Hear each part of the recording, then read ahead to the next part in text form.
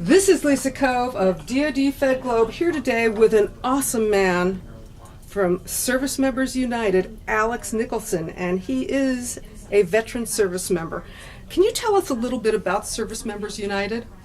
Sure. Service Members United is the nation's largest organization of gay and lesbian troops and veterans, their partners and families, and their civilian allies. We've been around for about 5 years, primarily as the grassroots arm of the Don't Ask, Don't Tell repeal movement during the fight to repeal the Don't Ask, Don't Tell law. And now with that law's repeal and upcoming certification, we're working to build a strong and vibrant and robust gay military community for the post-Don't Ask, Don't Tell era within the U.S. military. And right now, repeal has not exactly ended, but it's near end. How do you feel about that? Well, it's certainly a momentous time to have a law signed by President Obama that authorizes the repeal of the Don't Ask, Don't Tell law passed in 1993. But we're certainly not there yet. We, of course, have to await certification of that repeal by the President, the Secretary of Defense, and the Chairman of the Joint Chiefs, all of which we fully expect to happen sometime this summer.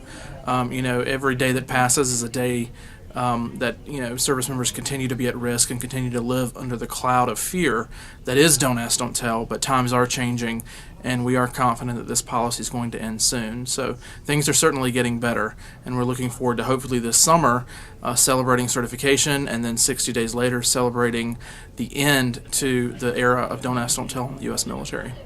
And how do you view the situation where transgender folks still have to serve in silence? The discrimination against transgender Americans in the U.S. military is still, of course, a cloud of discrimination that hangs over the Department of Defense.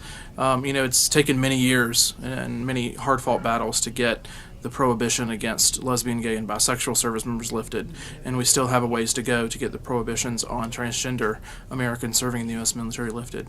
Of course, we do have a leg up on that, in that the prohibition on transgender service members is not statutory, it's regulatory. Don't Ask, Don't Tell, of course, was a law that was on the books that required an extensive multi-decade campaign to repeal that law by an act of Congress. Hopefully, with the transgender regulations within the U.S. military, it will be a little bit easier of a lift, given that it's only a regulatory prohibition as opposed to a law or statutory prohibition. That's something that, of course, a lot of organizations, ours included, are going to be working on in the years to come.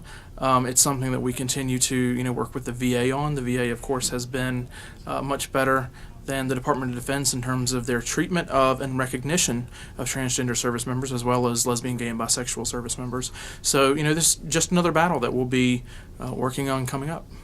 Thank you. You're very welcome.